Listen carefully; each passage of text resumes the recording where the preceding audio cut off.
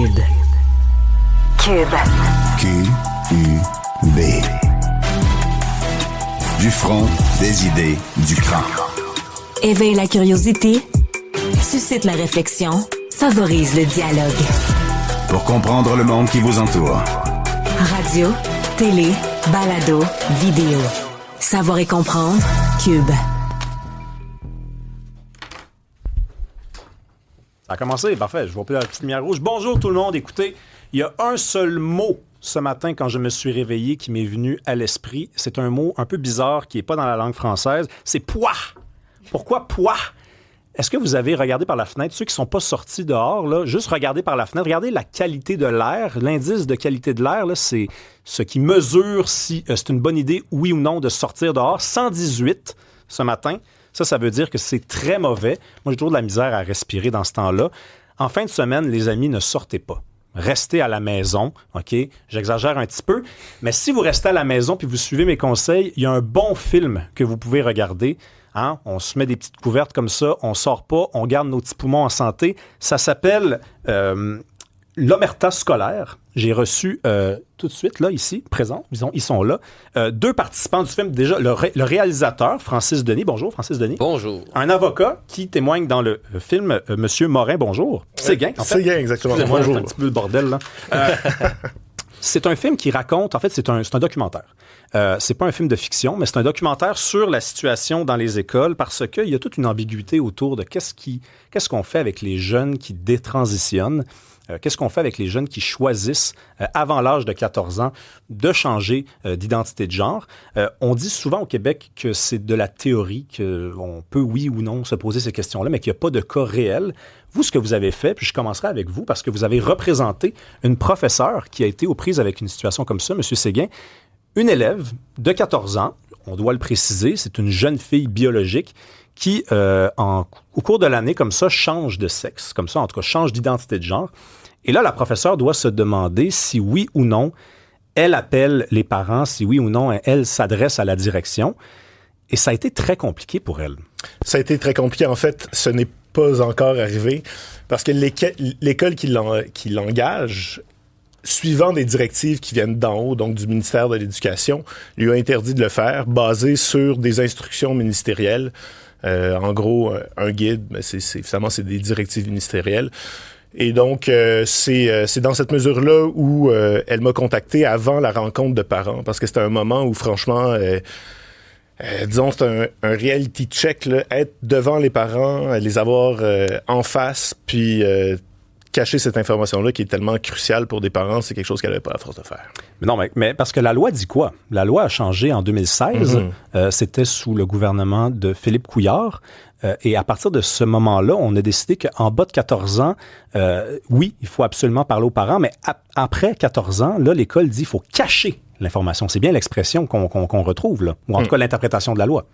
Dans la loi, légalement parlant, c'est-à-dire si on veut, par exemple, changer notre certificat de naissance pour changer la mention de sexe, de masculin ou féminin ou l'inverse, ça prend plus, donc depuis 2016, ça ne prend plus l'autorisation des parents, puis en fait, les parents sont même pas informés de ça. Ils sont même pas informés. Ça, c'est complètement fou, parce que en fait, ça veut dire que si un parent se doute de quelque chose, et se dit, moi, je parle avec mon enfant, il y a quelque chose qui a changé dans sa vie, je vais appeler la professeure. Elle passe bien 8 heures par jour avec mon enfant. Là, le professeur, quand on dit qu'il faut qu'il cache, ça veut dire quoi, ça? Ça veut dire qu'il faut qu'il refuse les appels? Ça veut dire qu'il faut qu'il maintienne la version de l'enfant? Ça veut dire quoi, ça, cacher? Ben, toute la question est là. En fait, pour revenir à la question du changement dans les papiers, juridiquement parlant, les parents sont pas informés, mais il y a rien qui dit que c'est confidentiel en soi. Le sexe de quelqu'un n'est pas quelque chose qu'on a conçu depuis le début, de la civilisation comme étant confidentiel. C'est vrai qu'on peut changer depuis 2016 nos papiers d'identité sans que les parents soient informés, donc évidemment sans leur autorisation. Ça veut pas dire confidentiel. Bon. Donc, le fameux guide qui est à la source de ça a été, finalement, je peux vous le dire, là, écrit par les mêmes personnes qui ont fait du lobby pour que la loi soit modifiée en 2016. Peu, là, quand on le regarde, ouais. Ouais, c'est ça. Donc voilà, ils ont écrit le guide comme ça, ils l'ont fait un peu en sous-main, selon moi, parce que ce ne sont pas officiellement parlant des directives ministérielles. J'ai des raisons de croire que le ministre de l'Éducation n'était même pas au courant de l'existence de ce guide-là. Mais ce qui est sûr, c'est que ça dit, voici quelle est la loi, en tout cas c'est notre interprétation, puis voici quelles sont vos obligations. Ils envoient ça à toutes les écoles, puis les écoles, quand ils surviennent des cas comme ça, disent aux profs, puis à tout le personnel, vous devez cacher cette information-là, ça veut dire dans les copies d'examen, dans les bulletins, quand vous parlez aux profs, etc. Ça, c'est important à savoir parce que, Francis Denis, vous l'avez côtoyé, cette professeure-là. À un moment donné, elle rencontre un membre de la haute direction qui lui dit, il faut que tu choisisses entre ton travail ou ton espèce de combat pour l'informer les parents. Donc, elle était menacée littéralement de congédiement. Mm-hmm. C'est incroyable. Oui. Non, mais je l'ai rencontrée, mais dans le documentaire, on la voit à visage caché. Oui, bien sûr. Anonyme. Une reconstitution. Exactement, parce qu'on ne peut pas dévoiler qui elle est. Bon, elle, sa mission dans la vie, c'est pas nécessairement devenir une avocate ou lobbyiste d'une position ou une autre. Elle, tout ce qu'elle veut dans la vie, c'est enseigner aux enfants. Donc, elle veut faire son métier de professeur. Et là, elle est mise dans une position qui véritablement, brime sa liberté d'expression, sa liberté de conscience. Et donc, c'est un peu ce cas-là. On part, dans le documentaire, on part de ce cas-là qui est défendu, Maître Séguin est l'avocat, le vrai avocat, et lui n'est pas à visage caché. Et, visiblement. Et là, on part de ça et on investigue un peu qu'est-ce qui se passe dans le fond. Parce que c'est un cas en particulier, mais elle, la professeure, c'est la deuxième fois que ça lui arrivait et on se rend compte que ça arrive vraiment souvent et c'est une problématique qui dépasse le simple code qu'on regarde. Et donc là, on part, on discute avec des juristes, on discute avec des professionnels de la santé, des psychothérapeutes, des organisations internationales et d'autres parents, parce qu'il y a aussi cette question-là qui est abordée, c'est-à-dire la relation de confiance entre les professeurs, le système d'éducation et les parents. Parce que les parents, il y a un pacte non écrit, mais qu'il y a un pacte entre les parents qui confient aux écoles le bien-être psychologique de leurs enfants. Et là, ils se rendent compte que concrètement, dans la loi ou dans un guide qui est suivi, qui s'appuie soi-disant sur une interprétation légale, on peut demander à un professeur de mentir. Donc, il y a aussi cette question-là de l'autorité parentale et on se rend compte, à force de voyager, parce qu'on va à Paris pour la question de l'idéologie transgenriste, transgenre. On va à Dublin pour rencontrer la fondatrice d'une organisation qui justement tente de d'être un peu l'autre côté de la médaille par rapport à ce qu'on appelle l'affirmation de genre, qui s'appelle GenSpec. Et on va même à San Francisco et là on rencontre une avocate mais qui est aussi mère de famille qui a vécu elle-même cette situation-là. Vous allez là où ça a commencé ces espèces d'enneries-là. Donc là où ça origine vraiment. Là, ce qui est dangereux, puis j'ai entendu parler de cas particuliers, parce qu'au départ, quand on a commencé à parler de ce sujet-là, de l'introduction dans les écoles de la théorie du genre puis de l'idéologie du genre, on disait, ça reste la théorie, il n'y a pas de cas. Là, il y a un cas, après on va dire que c'est un cas particulier. Quand est-ce que ça devient un vrai problème? Là? Parce que la réaction de l'école, ça crée une certaine forme de jurisprudence. Hein? C'est peut-être pas le bon terme là, pour adresser devant un avocat comme ça, sauf que là, la professeure, elle a subi une pression de sa direction. Elle va s'en rappeler. Elle va parler à ses collègues. Un jour, on va savoir que ça s'est passé comme ça. Donc, les comportements vont changer. On se plie devant cette idéologie-là. Absolument. Je ne saurais mieux dire. On se plie devant cette idéologie, mais elle l'a pas fait, ceci dit. Puis, on ne saura jamais, en tout cas, en ce moment, le système est ainsi fait qu'on ne saura jamais combien de fois c'est arrivé. Elle, c'est la deuxième fois que ça lui arrivait en 2 ans. Elle a très peu d'expérience comme professeur, en a 2, 3. 2 fois en 2 ans, petite école de rien. Il est fort probable que c'est arrivé des centaines de fois. Qu'est-ce qui lui est arrivé à elle? À elle, en soi, évidemment, l'école qui s'est cachée dans toutes ces procédures-là, ils se sont cachés, ils ont voulu rien dire, ils ont fini par envoyer un avocat qui est là pour dire qu'il participe pas au débat. Donc, eux, ils disent, on se fie au cadre juridique tel que ça leur a été indiqué dans le guide dont je viens de parler. L'école, en tant que telle, se rabat là-dessus. Ça s'arrête là. Ils prennent pas. Est-ce qu'elle enseigne encore, cette femme-là? Oui, elle enseigne encore. Donc, elle, craignant justement l'esclandre puis le problème, ils ont dit, OK, tu peux envoyer, si ça marche, un genre de rapport écrit aux parents pour dire, voici, ça se passe comme ça, en prétextant une raison pour laquelle elle les rencontrerait pas. Et c'était en 2023, on dit, on pourra pas refaire cette exception-là en 2024. Ça s'est judiciarisé. Ils ont réussi à le refaire. Et là, en ce moment, la cause continue, mais elle n'a pas ce même élève-là. Donc, là, on est en ce moment, c'est une question qui n'est pas théorique, même si cet élève-là n'est plus là, parce que c'est arrivé 2 fois en 3 ans, mais ça peut arriver une 3e fois en 4 ans. J'ai une dernière question pour vous. Il y a un angle mort dans le film, c'est la réaction du syndicat. Parce que on comprend généralement, aisément que le syndicat va défendre le professeur. Puis honnêtement, j'en ai entendu des cas où le syndicat défendait n'importe quoi. Là. À Bedford, le syndicat a d'abord commencé par défendre les enseignants qui étaient dénoncés par le rapport. Le syndicat, dans un cas particulier comme ça, on sait que les centrales syndicales au Québec sont plutôt à gauche. Est-ce qu'elles se sont mises à défendre? Ben c'est peut-être la chance. En fait, c'est peut-être la raison pour laquelle ça a été porté devant les tribunaux. C'est une école privée, donc c'est pas syndiqué. Okay. Sinon, elle aurait dû se rabattre sur les avocats du syndicat. Puis après ça, sans entrer dans des théories du complot, il y a quelques syndicats de professeurs, mais je sais que les syndicats, un en particulier, ont été très impliqués dans justement ces politiques-là. Donc, de quelle manière est-ce qu'un professeur situé dans cette position-là dans une école publique qui doit s'en remettre à son syndicat aurait pu se fier sur son syndicat pour là ou la défendre adéquatement? Ça soulève des questions. En tout cas, je trouve que c'est particulier que ce soit justement dans une école privée, donc non syndiquée, que ce cas-là se soit posé. Oui, puis on est obligé de spéculer, mais là, il y a eu cette semaine la publication d'un rapport sur l'identité de genre, puis j'ai fait un contrôle F dans cette espèce de... C'est une manœuvre informatique qui permet d'identifier des mots plus rapidement au lieu de passer au travers d'un document de 1000 pages. On parle très peu de la situation de ces élèves-là de moins de 14 ans ou même des élèves de plus de 14 ans dans les écoles. C'est la CAQ qui est au pouvoir depuis 7 ans maintenant. C'est un gouvernement qu'on dit nationaliste et conservateur. Et on dirait qu'il n'y a pas le courage politique d'aller dans cette direction-là. Merci beaucoup parce que vous l'avez, ce courage-là. On invite les gens de la CAQ à regarder le documentaire qui est disponible gratuitement sur YouTube, Omerta scolaire, et à s'inspirer un peu des différentes...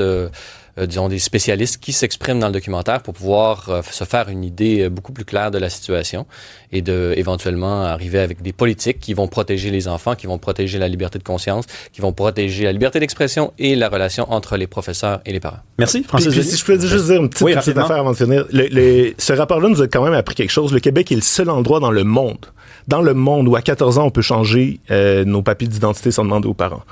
Ne serait-ce que pour ça, c'est intéressant. La particularité québécoise, mesdames et messieurs. Merci. Merci. Merci à vous.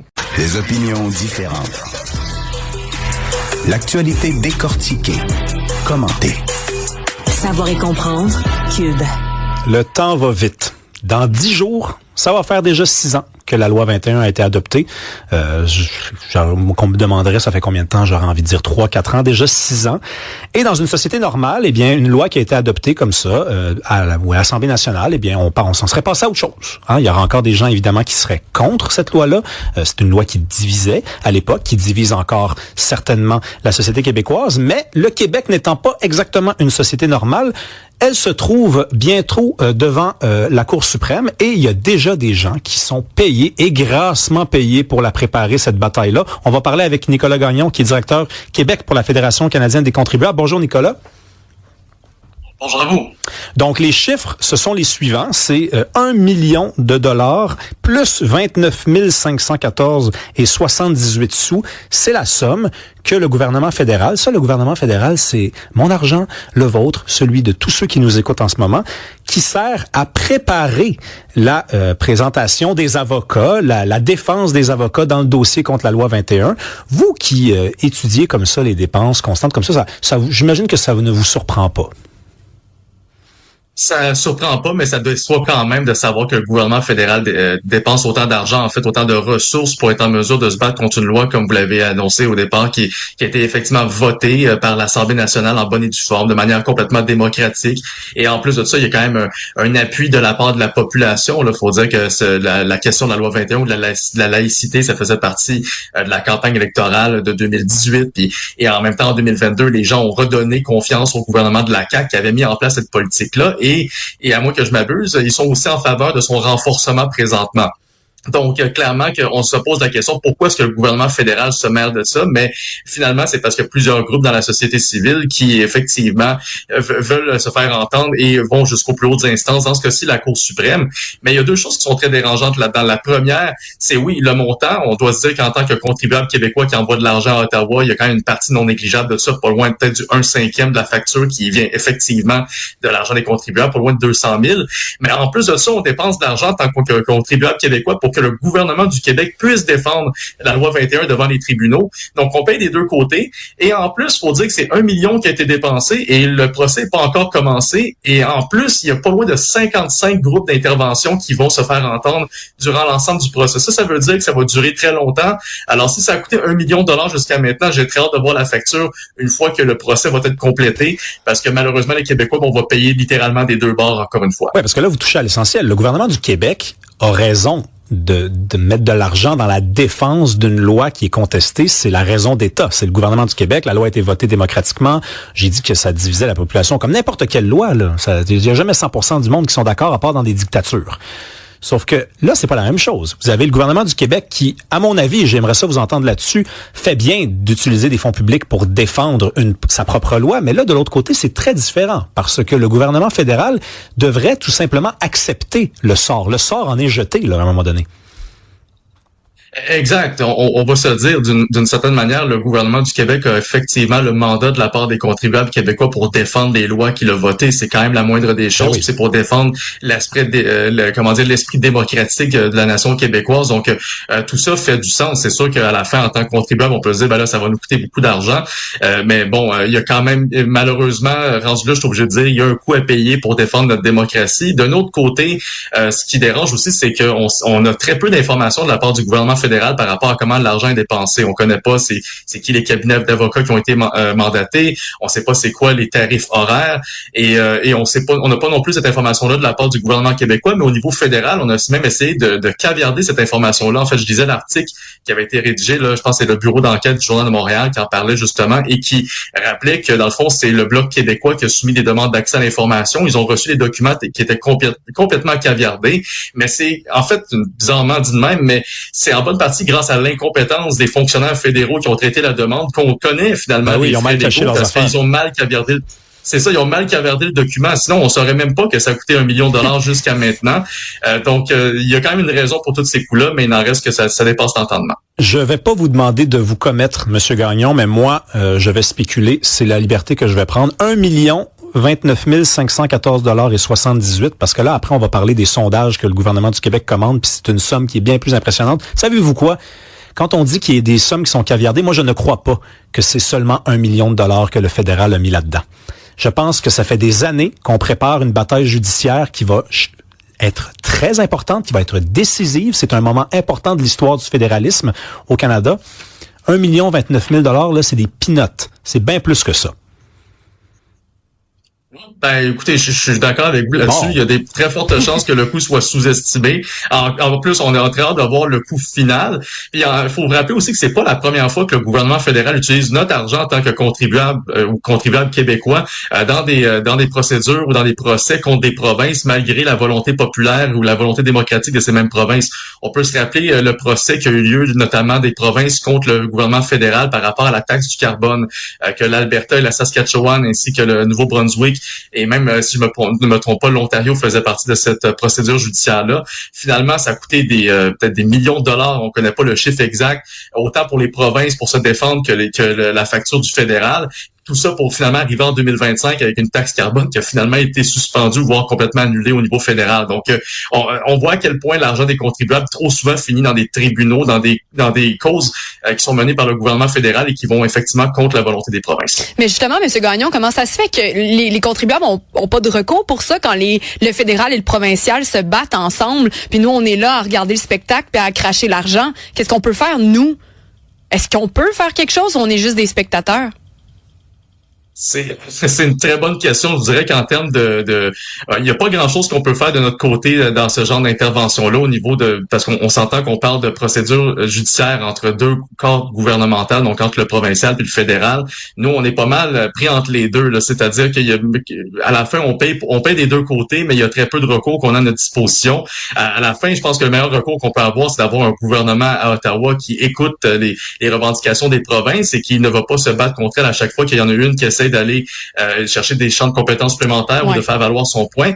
Ceci étant dit, comme on a vu dans les dernières élections fédérales, les Québécois ont été pleinement en faveur là, de donner plus de pouvoir à un gouvernement comme celui de Mark Carney. Je veux dire, depuis le 28 avril, les libéraux sont même plus forts qu'ils étaient il y a quelques mois à Ottawa. Donc, c'est là que le bas blesse. C'est-à-dire que d'une part, on voudrait que les contribuables aient plus de pouvoir dans ce genre de procédure judiciaire-là, mais de l'autre côté, d'un point de vue démocratique, on donne plus de pouvoir à des gouvernements centralisateurs. Donc, éventuellement, il va falloir que ça concorde entre les deux, mais malheureusement, on est pris effectivement entre l'arbre et l'écorce. Monsieur Gagnon, là, on n'est pas en reste au Québec parce que je disais, et vous sembliez être d'accord, que le fait que le gouvernement du Québec défende ses propres lois, ça passe. Là, on était plus sévère envers le gouvernement fédéral, mais le gouvernement du Québec, depuis l'arrivée de François Legault à la barre, là, comme premier ministre en 2018, il y a comme une nouvelle pratique. Moi, personnellement, je savais pas que ça existait vraiment avant que l'on ne le découvre, c'est les sondages. On gouverne par sondage. On commande des sondages constamment. Puis, écoute, des sondages à un point tel que je lisais Madame Laforêt, là, qui écrit ici, c'est certain qu'un petit sondage de 15 000 $, je trouve ça raisonnable parce qu'en même temps, il faut faire plaisir aux citoyens et aux élus. Un petit sondage de 15 000 $, ça paraît que c'est pas son argent, elle. Effectivement, puis un petit sondage, je vais vous dire, selon les tarifs, pour une question de sondage, généralement, ça peut tourner aux alentours de 2 ou 3 000 $ selon l'échantillon, selon la firme de sondage. Bien sûr, ça peut varier énormément. 15 000, c'est quand même un gros sondage, donc c'est pas une petite somme non plus. Puis effectivement, c'est pas son argent. Mais il faut dire que c'est une pratique qui est assez courante avec le gouvernement de la Coalition de Québec. On l'a vu à plusieurs reprises, notamment en 2020-2021. Il y a eu une somme, je pense qu'on avait dévoilé que c'est pas loin de 600 000 $ qui avaient été dépensés à l'époque pour des sondages, pour connaître l'humeur de la population. Finalement, là, on apprend qu'au cours des 10 derniers mois seulement, le gouvernement du Québec a dépensé 3,6 millions via ses différents ministères, que ce soit le Conseil du Trésor, que ce soit Retraite Québec ou le ministère des Finances, pardon. Donc, dans ce cas-ci, c'est vraiment énormément d'argent pour connaître l'opinion de la population. Mais le problème, c'est que la population se fait déjà entendre à travers plusieurs sondages qui sont souvent commandés par des organisations de la société civile.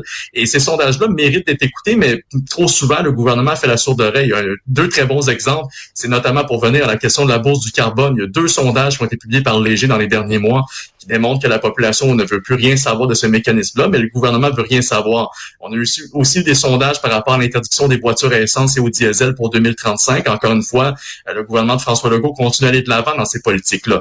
Donc, on se demande vraiment qu'est-ce qu'ils font avec les sondages qu'ils commandent, parce que les autres sondages qui sont publiés et qui sont faits par à peu près les mêmes firmes et donc avec la même méthodologie, ces sondages-là sont pas pris en considération et le gouvernement continue de faire la sourde oreille, mais il prend l'argent des contribuables à coût de millions pour se commander des sondages. On connaît pas vraiment les résultats, ni vraiment l'orientation. Mais une chose est sûre, c'est pour se préparer. J'ose le croire qu'il y a une partie de ça qui est un petit peu avec une saveur électoraliste. Il faut dire qu'on est à 1 an des élections provinciales. Ils doivent essayer de connaître un peu le pouls de la population pour positionner le gouvernement et aussi le parti au pouvoir en vue de l'élection à venir. Il y a des petites perles là, quand même dans l'article de Geneviève Lajoie ce matin dans le Journal de Montréal. Écoutez bien ça, là. C'est le cas de la Société des traversiers du Québec parce que on demande aux gens de répondre au sondage, puis comme les gens n'ont pas juste ça à faire, on leur dit il y a des prix à gagner. On est au casino, là. C'est des cartes Mastercard prépayées de 50 et de 100 $ pour susciter la participation des gens. On a le ministère de l'Emploi et de la Solidarité sociale qui tenait à faire un sondage post-campagne de la Semaine de la solidarité. Regardez, si vous vous demandez à la maison où est votre argent, ne cherchez plus. Ne cherchez plus, il est entre bonnes mains. Merci, Nicolas Gagnon. C'est un plaisir, merci à vous. Au revoir. Entendre, Comprendre, réagir. Un média qui donne vie aux opinions. Qui donne voix aux idées. Cube. C'est le congrès annuel de la Commission de la relève de la CAQ en fin de semaine à Lévis. Leur slogan, c'est « Ça va brasser ». Et en effet, ça brasse. On va en parler avec Frédéric Baudet, qui est coordonnateur aux affaires externes de la Fédération des associations étudiantes du campus de l'Université de Montréal. Il faut réduire ce terme-là, ça n'a pas d'allure. En fait, vous avez réagi ce matin à l'annonce de la programmation de cette fin de semaine-là, parce que à la CAQ, on est très critique, en tout cas chez les jeunes caquistes, des pratiques dans les associations étudiantes, dans les universités. Et on annonce là qu'on va en parler, qu'on va en débattre, mais en famille, parce que c'est pas tout le monde qui est le bienvenu. C'est bien ça? Oui, exactement. Donc, le congrès, justement, qui va avoir lieu demain, le congrès de l'aile jeunesse de la CAQ, la CRCAQ, va traiter de plusieurs propositions, dans le fond, qui concernent les associations étudiantes. Parmi ces propositions-là, on parle, entre autres, là, d'empêcher les associations étudiantes d'utiliser leurs cotisations à des fins politiques. Rappelons-le, pour les associations étudiantes, c'est une de leurs missions principales, là, de défendre les droits, les intérêts de leurs membres sur la scène politique. On parle aussi, là, entre autres, là, d'obliger les associations étudiantes là, à avoir des quorums de 50%. Quand on dit quorum, dans le fond, c'est un nombre minimal de personnes qui doivent se prononcer. Donc, non pas nécessairement voter en faveur, mais se prononcer, ce serait 50% au minimum. Donc, dans une association étudiante comme nous, à l'Université de Montréal, ça prendrait 22 000 personnes pour prendre n'importe quelle prise de position. Puis tout ça, la CRCAQ veut en parler demain là, durant son congrès. Mais, justement, les associations étudiantes qui comptaient aller au congrès demain de la CRCAQ se sont fait retirer, dans le fond, leur membrariat de la CAQ. Ils se sont fait retirer leur droit de vote. Ça, c'est très important parce qu'on a essayé de les avoir en entrevue, puis ils sont trop occupés aujourd'hui, ils nous ont dit, pour venir en parler. C'est correct, ça leur appartient. Mais donc, vous aurez sans doute le dernier mot. C'est quoi exactement qu'ils vous ont dit? Ils vous ont dit, ne venez pas, vous n'aurez pas le droit de voter, vous n'aurez pas le droit d'entrer. Est-ce que c'est bien ça? En fait, les personnes qui s'étaient inscrites au congrès pour demain ont reçu un courriel. Tout simplement, ils se sont fait rembourser leur membrariat à la CAQ. Donc, leur carte de membre qu'ils avaient à la CAQ, qui leur donnait un droit de vote, qui leur donnait un droit de parole lors du congrès de demain, ils se sont fait rembourser directement.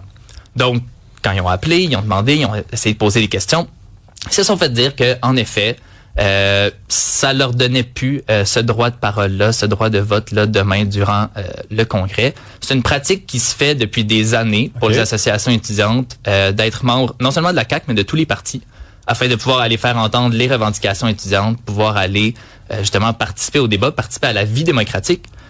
Donc, on trouve ça ironique pour la CRCAQ qui accuse les associations étudiantes là, de manquer de démocratie au sein de leurs instances, d'avoir, bafoué leur propre démocratie au sein de leurs propres instances, donc de nous avoir empêché ce droit-là de pouvoir aller débattre et voter justement demain là, durant leur instance. Ben, d'autant plus que je pense pas m'aventurer en disant que vous avez pas une très grande influence à la CAQ. C'est-à-dire que vous auriez pas vraiment pu, s'il y avait eu un vote, influencer le vote en faveur du maintien des pratiques qui sont les vôtres dans les universités. Des jeunes caquistes, il y en a dans les universités, mais les jeunes qui militent dans les associations étudiantes sont plus présents à Québec solidaire et au Parti québécois quand même, là. Oui, de toute façon, en fait, c'est pas nécessairement ça l'enjeu pour la journée de demain. C'est que les personnes qui voulaient aller là, c'est des représentants justement d'associations étudiantes qui représentaient au total là, plusieurs dizaines de milliers de personnes là, à travers la province qui étaient représentées à travers ces porte-paroles-là, qui voulaient aller au congrès de demain pour faire entendre justement leur voix, pour pouvoir aller voter. Évidemment, il n'y aurait pas eu 10 000 droits de vote. Il y aurait eu une poignée de droits de vote, les quelques personnes qui seraient arrivées là. Mais quand ils se sont fait dire, justement, qu'ils se faisaient retirer leur membrariat, au final, ce qu'on est venu dire, c'est pas que ces quelques individus-là auraient, par leur vote, changé le cours des propositions qui auraient eu lieu demain pendant le congrès. C'est qu'on avait réellement peur que leurs arguments, que leurs propos, que leur dialogue auraient pu faire changer d'avis les autres personnes durant le congrès là, de la jeunesse caquiste. Donc, des jeunes caquistes, en fait, qui auraient pu être convaincus que finalement, peut-être que ce qui a été avancé là, par la CRCAQ dans ses différentes lettres ouvertes, ses différentes sorties médiatiques jusqu'à maintenant dans les dernières semaines, que finalement, c'était peut-être pas tout à fait fondé, puis que les associations étudiantes étaient là pour rétablir là, les faits, mais c'était pas quelque chose que la CRCAQ était intéressée. Et ça, M. Baudet, je voulais juste bien comprendre, ils vous ont refusé l'accès juste parce qu'ils ont peur que vous contaminiez l'esprit des autres? C'est ce que c'est ça qu'on doit comprendre? Parce que j'allais vous demander, en fait, pourquoi vous pouviez pas y aller? J'ai comme pas compris, mais c'est ça, en fait? C'est juste, allez-y pas, vous allez contaminer le monde. Ben exactement, Avec parce vos que idées. dans un sens, on pourrait quand même y aller, mais à titre d'observateur. Donc à titre d'observateur, ben c'est certain que là, on peut un peu, tu sais, c'est un peu notre sort serait un peu entre leurs mains. Là. En tant qu'observateur, on n'aurait pas un droit de membre, donc on n'aurait pas nécessairement un droit de parole autant qu'on le veut pour aller au micro, pour aller faire entendre nos arguments quand les différentes propositions vont être débattues. On n'aurait évidemment pas un droit de vote non plus à ce moment-là, puisque les personnes concernées ont été démembrés, là, dans un sens, là, se sont fait retirer leurs membrariat de la CAQ. Donc, ouais, c'est ça. Mais là, je vais être obligé d'être l'avocat du diable. Je le précise, on a demandé aux gens des jeunesses caquistes de au moins nous passer un coup de fil, de répondre à certaines questions. Ils étaient trop occupés. Moi, je suis un étudiant au doctorat à l'UQAM. Je paye des cotisations à une association étudiante depuis maintenant 10 ans. Et je vous aimerais pas le mot que je vais utiliser, mais moi, j'ai toujours trouvé que c'était de l'extorsion. D'accord? On paye, on est obligé de payer. Donc, on est facturé par l'université.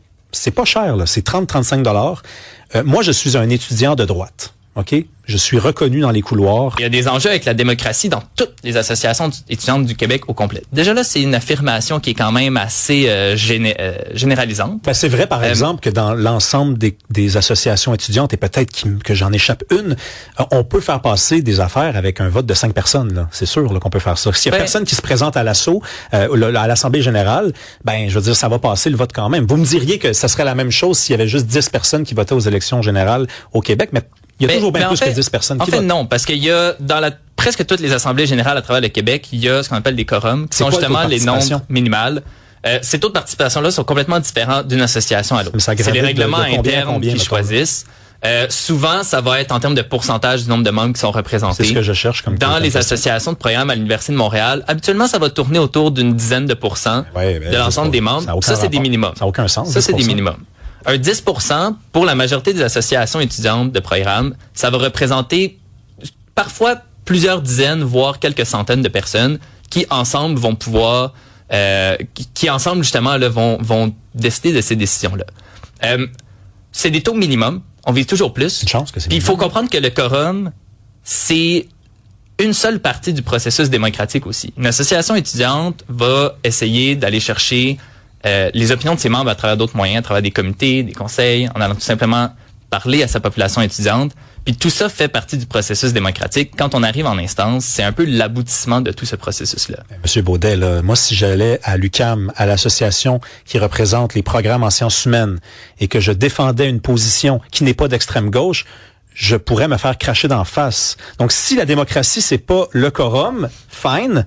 C'est quoi d'autre? Est-ce que je peux exprimer mes idées? Est-ce qu'un élève qui n'est pas d'extrême gauche dans une université à Montréal peut avancer des idées?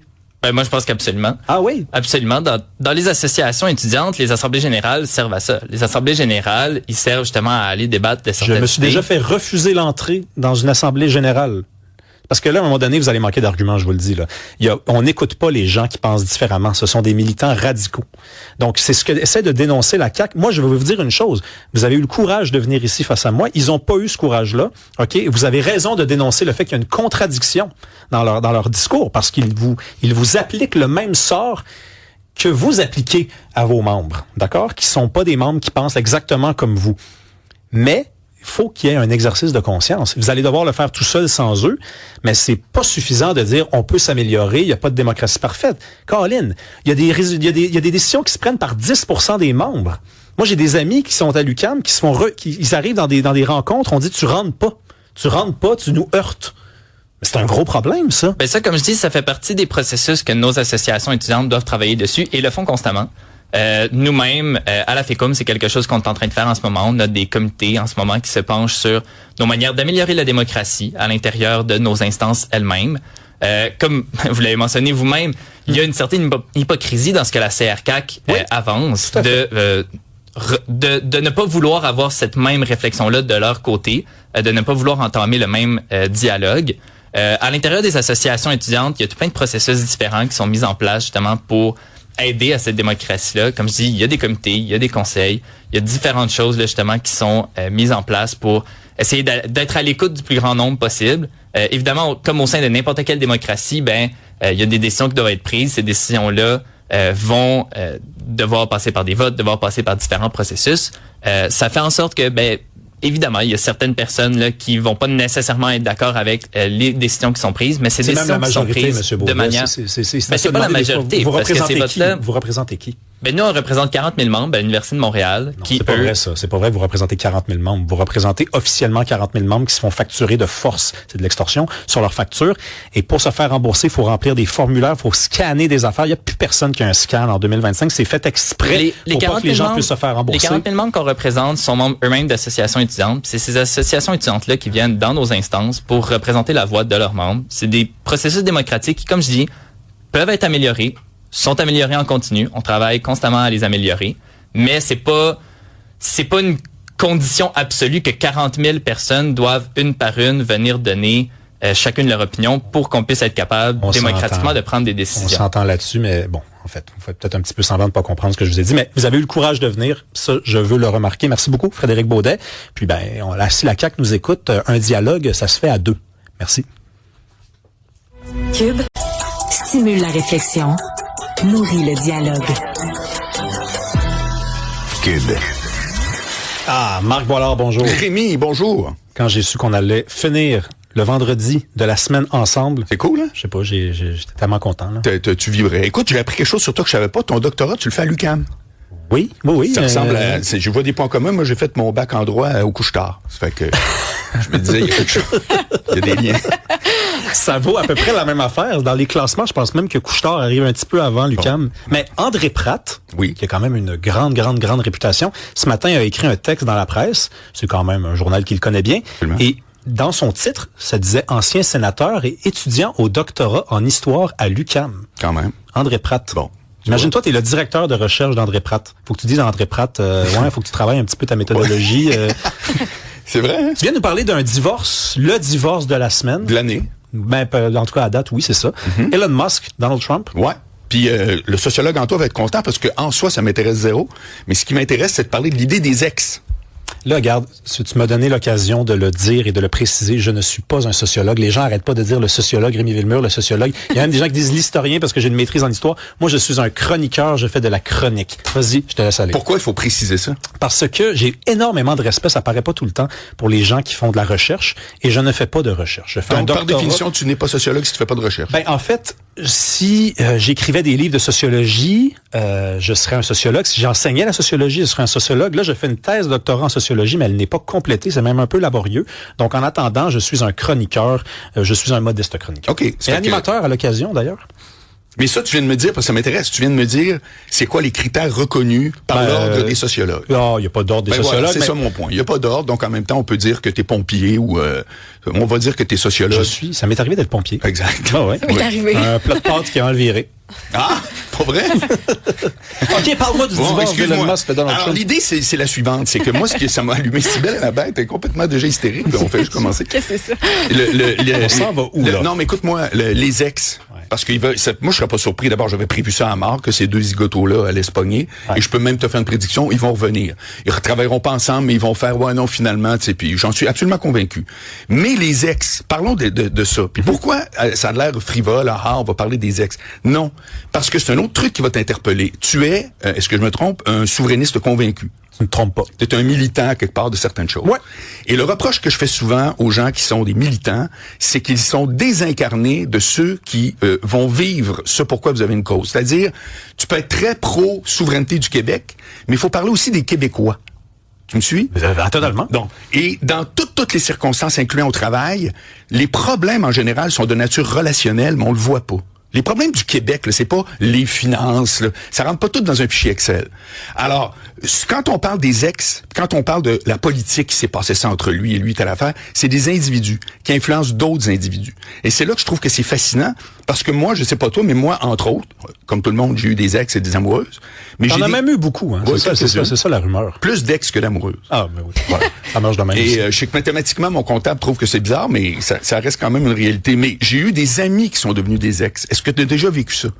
des amis avec lesquels il y a eu des chicanes et c'est jamais revenu? Oui, bien sûr. Et est-ce que tu juges que tu devrais faire un pas vers en avant pour pouvoir les, entre guillemets, récupérer puis relancer ta relation? Écoute, moi, oui, absolument. Oui. Moi, je suis vraiment pas rancunier. C'est un de mes plus gros défauts. Moi, Non, arrête, c'est une belle qualité, ça. Ben non, en fait, parce que des fois, c'en est même, je me questionne sur ma dignité. Mais tu sais, je pardonne tout. Moi, si c'est sincère de l'autre côté, la vie est tellement courte. Oui, pour je elle. trouve que c'est très bien, moi. Ben, c'est correct. Moi, je trouve que c'est un défaut. Peut-être trop fier. Bon, en tout cas, donc tu as déjà vécu ça. Moi, Oui, j'ai bien déjà sûr. vécu ça. Il y a 3 gars, entre autres, Martin, Yves puis Max, qui ont fait des trucs. Puis moi, évidemment que j'ai dû perdre des amitiés que sans trop m'en rendre compte, ou avec l'ego trop fort, tu te dis, ouais, ça c'est carrément de ma faute. Mais je trouve ça très intéressant, cette notion-là, de est-ce que, alors tu as des questions de base qu'on parlera pas aujourd'hui, mais le fameux on retombe dessus avec son ex. Est-ce qu'on reste amis avec son ex? Mais c'est fascinant parce que c'est ça le quotidien des gens. La politique, ça me fascine. Je suis ça tous les jours. Mais la réalité, c'est que je trouve qu'on désincarne tout le monde qui sont des acteurs de ça. Puis on oublie des fois que, comme je te dis, tu peux être militant souverainiste, mais dans la vraie vie, c'est parce qu'il y a des Québécois. Moi, je prends souvent cette image-là. Si toi, tu souhaites la séparation du Québec, pour laquelle j'ai un grand respect, j'ai pas une position qui est particulièrement arrêtée. T'es un souverainiste, t'aimerais ça. T'es-tu convaincu que 25 ans plus tard, le Québec va ressembler aux raisons pour lesquelles tu veux qu'il soit souverain?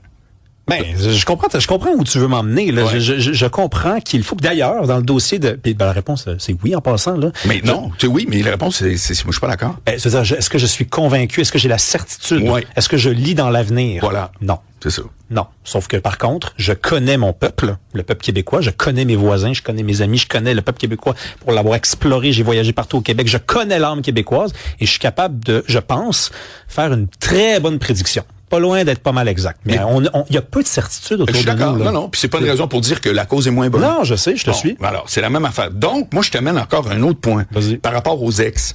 On est souvent en train de dire, c'est épouvantable, après 15 ans de mariage, ils se séparent. Ça devrait être une excellente nouvelle. Moi, je n'en reviens pas de ceux qui sont toute la vie ensemble.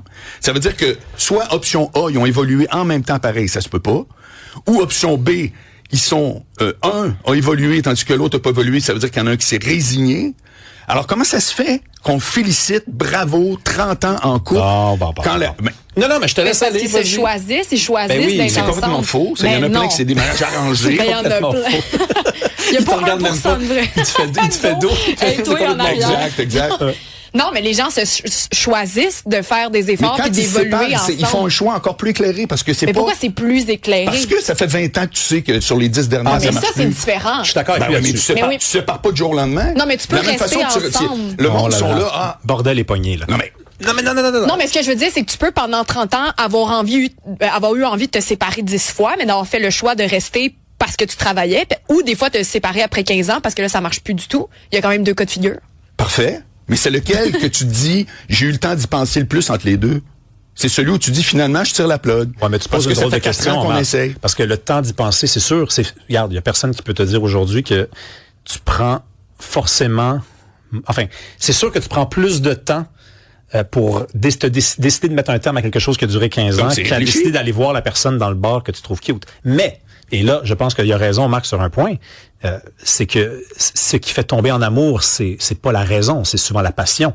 Et ce qui fait briser un couple, c'est la raison. Très bien dit. Mais, je comprends pas comment tu peux trouver que c'est une bonne nouvelle que les gens se laissent tomber. Ça veut dire qu'on est souvent, parce qu'il y a beaucoup de couples qui abandonnent à la première embûche. Là, j'imagine que c'est pas de ces couples-là dont tu parles quand on pense à un Mais couple je de juge 15 ans. l'un ni l'autre, mon vieux. Je Ouais. veux juste dire que dans la section, ça se sépare et ça revient au travail et dans les loisirs, comme disait la barre Mars. Dans les deux cas, ou perso, moi, je fais juste dire que c'est comme si à l'aveuglette, on a décidé que c'était épouvantable un couple qui se sépare après tant d'années. Non, ça peut être une excellente nouvelle. Ça aurait dû même peut-être arriver avant. C'est juste ça mon point. Mais ça implique souvent, tu sais, les enfants, t'es obligé d'y penser aussi. Ça implique un coût financier, ça implique toute une Plein de réorganisation. choses. C'est peut-être aussi pour ça qu'on appelle ça une catastrophe quand ça Voilà. arrive. Donc, là. exact. Mais c'est le côté romantique Ouais. qui fait faire qu'on se dit, oh mon Dieu, c'est terrible, il faudrait pas que ça arrive jamais. Ben là, moi, je pense qu'il y a du monde qui évolue pas en même temps, puis qui gagnerait à faire le restant de la vie avec un nouveau départ, tu comprends? Bon. C'est pour ça que je trouve que c'est très riche comme sujet. Sur le coup, tu fais comme, tu vois les deux qui sont en train de dire, on se chicane telle affaire. C'est pour ça que je te dis, j'avais le goût aujourd'hui, moi, de dire, sors de la politique, puis ramène ça sur le terrain. C'est énormément riche parce que c'est du relationnel. Si tu sais quoi, le pourcentage de conflits au travail, dans la vie professionnelle là, de tous, qui est d'ordre relationnel. Moi, je le sais, mais je vais faire semblant que je le sais pas. Ouais. Parce que j'ai lu ta Cybèle. feuille. 85%. C'est 80%. Hey, quand Alors, même, c'est peut-être 85 selon lui. Sybelle, elle connaît ça. Mais tu comprends? Je connais ça, les conflits au travail. C'est fascinant. C'est parce que les gens sont là. Le budget, le processus, on vient d'engager un VP. Ouais, je veux bien croire. Mais tout ça, je le répète, faut que ça soit incarné. Ça l'est. Par définition. Ça, moi, je trouve ça fascinant. Ben d'ailleurs, dans le dossier de Trump et de Musk, parce que c'est une séparation assez spectaculaire, tout le monde en parle, tout le monde a son opinion, oui. J'ai lu énormément de gens qui politisaient le truc, c'est-à-dire qui disaient, depuis le début, on sait que Donald Trump a plus une pensée A, Elon Musk a une pensée B. Hey, c'est un conflit de personnalité. Total. C'est ce que tu es en train de nous dire. Là. C'est juste deux personnes qui ne pouvaient pas s'entendre bien plus que 4 mois. Voilà. C'est les deux plus gros égos sur la Terre. Ouais. Ça a-tu déjà donné quelque chose qui durait plus que 4 mois? C'est un exploit que ça ait duré 4 mois. Ouais. Bon, voilà, vraiment. Quel beau résumé. On est d'accord. Mais là, toi, tu dis qu'ils vont revenir ensemble? Oui. Ouais. Ils ne travailleront jamais ensemble, ils vont s'excuser. On ouvre-tu les paris bientôt? Ouvrez les paris. Bon, moi, je vous le parfait. dis, Cybelle, quoi? 10 piastres? 20? Ouais, 10 piastres. T'es prêt à perdre 10 piastres, Je c'est suis ça que prête à j'entends. perdre 10 piastres. Parfait. Au-delà C'est de ça qui va ça, je vais être serré dans mon budget. Bravo. Bravo à tous. Merci à vous deux. Grand Instagram. plaisir. Merci Marc Boilard. Merci Salut. Cybelle Olivier Merci. Cloutier. Merci Fred Bastien qui décide des titres en arrière. Merci Hugo Veilleux à la recherche qui fait un travail de maître. Merci Jean-Philippe Leroux à la mise en onde. Passez une belle fin de semaine. Là, tantôt, je disais de pas sortir. C'était pas vrai. Il annonce beau. Amusez-vous. Bye bye. On se voit bientôt.